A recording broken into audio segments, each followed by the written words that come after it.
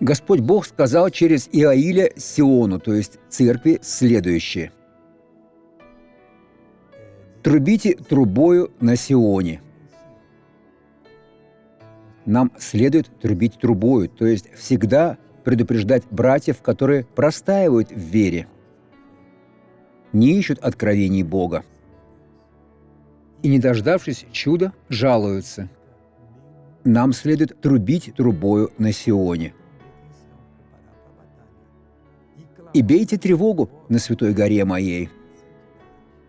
В случае более серьезного послания нам следует бить тревогу.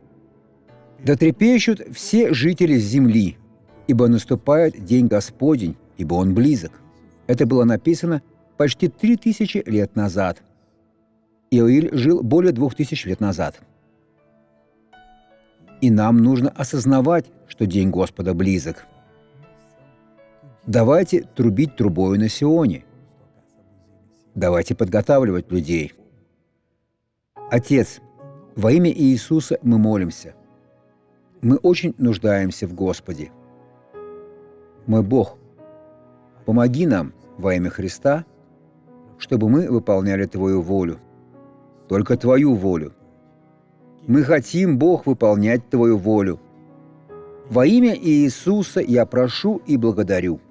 Я превозношу Тебя, Отец, и все во славу Твою. Аминь.